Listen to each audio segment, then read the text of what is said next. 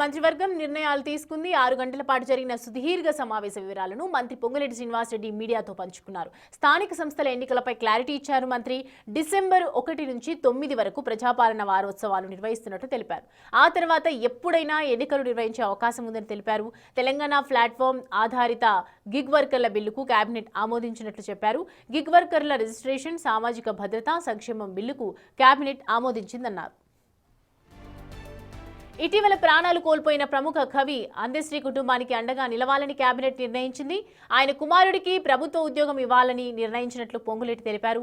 అందశ్రీ స్మృతివనం ఏర్పాటుతో పాటు పాఠ్య పుస్తకాల్లో అందశ్రీ రాసిన తెలంగాణ గీతం ముద్రించనున్నట్లు తెలిపారు.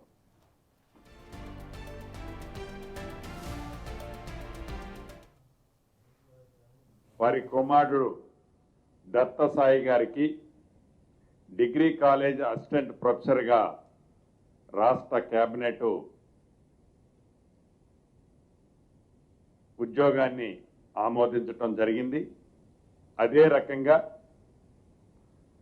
ఎక్కడైతే అందశ్రీ గారి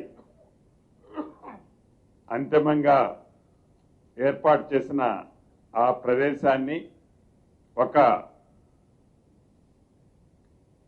స్మృతి వనంగా కూడా ఏర్పాటు చేసే అంశాన్ని కూడా రాష్ట్ర కేబినెట్ తీర్మానించడం. బీసీలకు కాంగ్రెస్ ప్రభుత్వం 42% రిజర్వేషన్లు ఇవ్వాలని నిర్ణయించినట్టు తెలిపారు మంత్రి పొంగులేటి. పార్టీ పరంగానూ 42% రిజర్వేషన్లు ఇస్తున్నామన్నారు.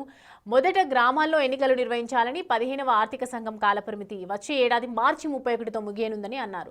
అప్పటిలోగా ఎన్నికలు పూర్తి కాకపోతే గ్రామాలకు రావాల్సిన దాదాపు 3,000 కోట్ల నిధులు కోల్పోతామని పేర్కొన్నారు. గ్రామ పంచాయతీ సర్పంచ్, వార్డు సభ్యుల రిజర్వేషన్ల సంఖ్యపై డెడికేటెడ్ కమిషన్ నుంచి నివేదిక కోరాలని కేబినెట్ తీర్మానించింది. బీసీలకు 42% రిజర్వేషన్ల అంశంపై కోర్టు తీర్పులు కొలిక్కి వచ్చిన తర్వాతే ఎంపీటీసీ, జెడ్పీటీసీ ఎన్నికలపై కేబినెట్ తదుపరి నిర్ణయం తీసుకుంటుందని పొంగులేటి తెలిపారు. ఈ ప్రభుత్వం బీసీలకి 42% రిజర్వేషన్ కల్పించాలని శత విధాల ప్రయత్నం చేసిన కేంద్ర ప్రభుత్వ సహకారం లేని కారణంగా కేంద్ర ప్రభుత్వంలో ఇక్కడ నుంచి ఏదైతే రికమెండ్ చేసిన ఫైలు రాష్ట్రపతి గారి దగ్గరే హోల్డ్ అయి ఉండటం కారణం చేత కోర్టులలో కూడా ప్రభుత్వానికి వ్యతిరేకంగా నిర్ణయం వచ్చిన కారణం చేత రాష్ట్ర ప్రభుత్వం కోర్టులో ఫైట్ చేస్తూనే ఏదైతే 15th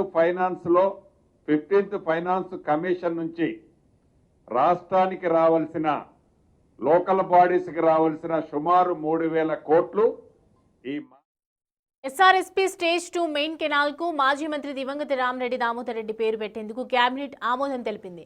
అలాగే హైదరాబాద్ ఇండస్ట్రియల్ ల్యాండ్ ట్రాన్స్ఫర్మేషన్ పాలసీకి కేబినెట్ ఆమోదం తెలిపింది. ప్రభుత్వం ఏర్పాటై 2 ఏళ్లు పూర్తవుతున్న సందర్భంగా డిసెంబర్ 8, 9 తేదీల్లో ఫ్యూచర్ సిటీలో తెలంగాణ రైజింగ్ గ్లోబల్ సమ్మిట్ 2025కు నిర్వహించేందుకు నిర్ణయించింది కేబినెట్. మరోవైపు సౌదీ అరేబియా రోడ్డు ప్రమాదంలో మృతి చెందిన వారి కుటుంబాలకు 5 లక్షల ఎక్స్గ్రేషియా చెల్లించాలని నిర్ణయించింది కేబినెట్. మంత్రి అజారుద్దీన్ ఎంఐఎం ఎమ్మెల్యే మైనార్టీ విభాగానికి చెందిన ఓ అధికారితో కూడిన ప్రభుత్వ ప్రతినిధి బృందాన్ని వెంటనే సౌదీకి పంపించాలని సూచించింది. చనిపోయిన వారి మృతదేహాలకు మత సంప్రదాయ ప్రకారం అక్కడే అంత్యక్రియలు నిర్వహించాలని నిర్ణయించింది. ఈ నెల 25న తెలంగాణ కేబినెట్ మరోసారి భేటీ కానుంది. 50% రిజర్వేషన్పై నివేదిక ఇవ్వాలని డెడికేషన్ కమిషన్కు కేబినెట్ ఆదేశాలు జారీ చేసింది. అయితే డెడికేషన్ కమిషన్ నివేదికను మళ్లీ కేబినెట్లో పెట్టనుంది ప్రభుత్వం.